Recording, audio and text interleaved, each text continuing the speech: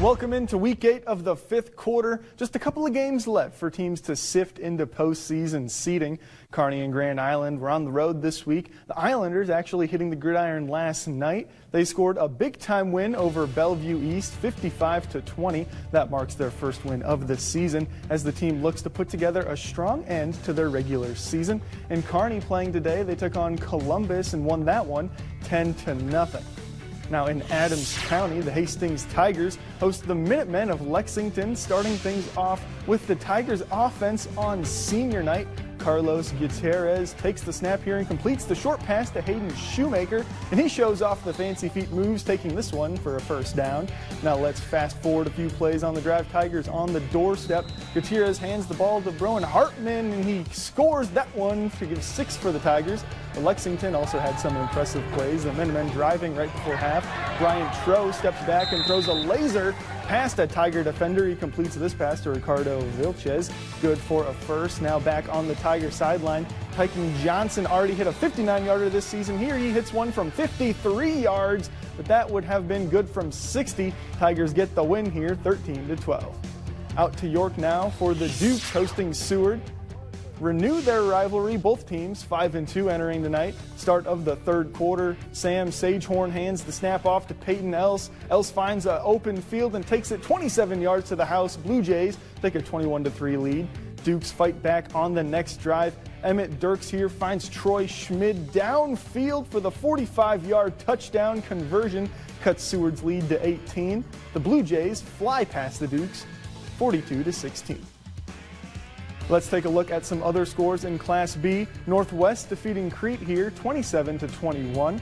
And Scottsbluff getting the win over McCook 21-7. Now let's move on to Class C action. Boone visiting the GICC Crusaders. GICC 6-1 so far this year, and they start off hot. It's the running back, Jack Alberts, on the catch, and he has green grass. He gets to the sideline and breaks a tackle while tiptoeing into the end zone to strike first for the Crusaders. He has 8 rushing touchdowns, but that's his first receiving one this year. The Crusaders back on offense. Boone Central stands up and stops the goal line run to force 4th and short. After a little deliberation, GICC goes for it. They give it to Alberts, who punches in his 10th touchdown of the year. The Crusaders cruise past the Cardinals 37-0. Over to Doniphan, where DT Cardinals are hosting Hastings St. Cecilia. Second quarter winding down, 4th and 7. Cardinals go for it. Parker Volk finds Luke Askey for a 10-yard gain and a new set of downs. A couple plays later, Doniphan Trouble taking a shot downfield, but a Blue Hawk turns into a Ball Hawk. Aiden Schaefer snags the interception. The Cardinals do come back, though, and win this one 24-7. Central City Bison host the Broken Bow Indians under the lights. We jump into the middle of the second quarter here, where Indians running back Aiden Markham pushes a few defenders as he pushes for the first down. Indians push their way into the red zone, where the risky pitch on the option play ends up on the ground and eventually into the arms of Bison sophomore Quinn Jensen. Bison would then use Parker Zickman's arm to connect with senior running back Jacob Brazee for the first down. Central City stays undefeated, defeating Broken Bow 34-20. Out in Gothenburg, Swedes hosting the Minden Whippets. Gothenburg marching downfield into the red zone in the opening quarter. Tossing to workhorse tailback Evan Johnson, the senior cuts to the near sideline and crosses the goal line untouched. Swedes strike first. Later in the first quarter, Gothenburg again in the red zone. This time it's a quick toss to the shifty Torrin Wind. The senior carries a few tacklers with him to cross the goal line for another touchdown. The Swedes secure the home victory 27-6. Hershey hosting Kearney Catholic. Third quarter here, Hershey trying to get the ground game going. Cole Murdoch with a nice run here. However, the Panthers would end up punting the ball away.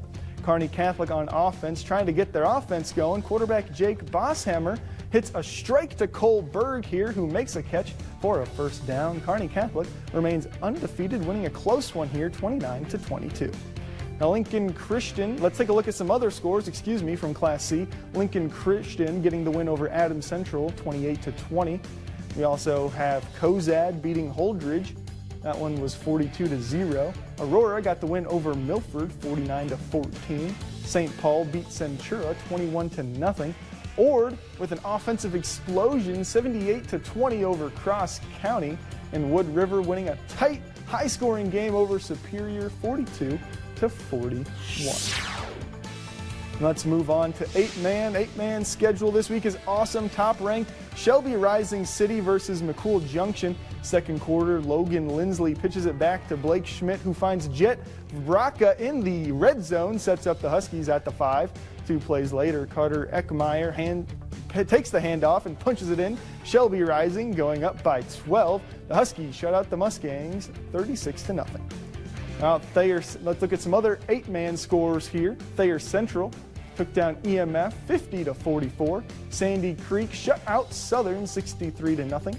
Lawrence Nelson also shut out Giltner 64-0.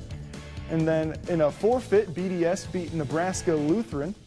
Wilcox Hildreth beat Elm Creek 26-21. And Deschler beat High Plains 67-0.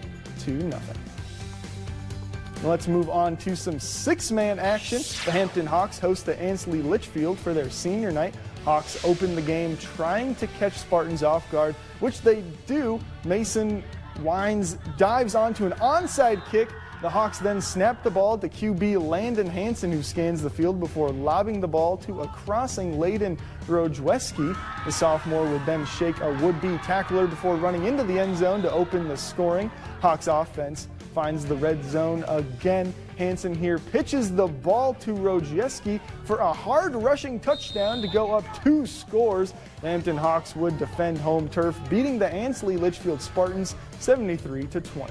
Let's take a look at some more six-man scores. Layton defeating South Platte 55-13. Red Clown taking down Dorchester 58-0.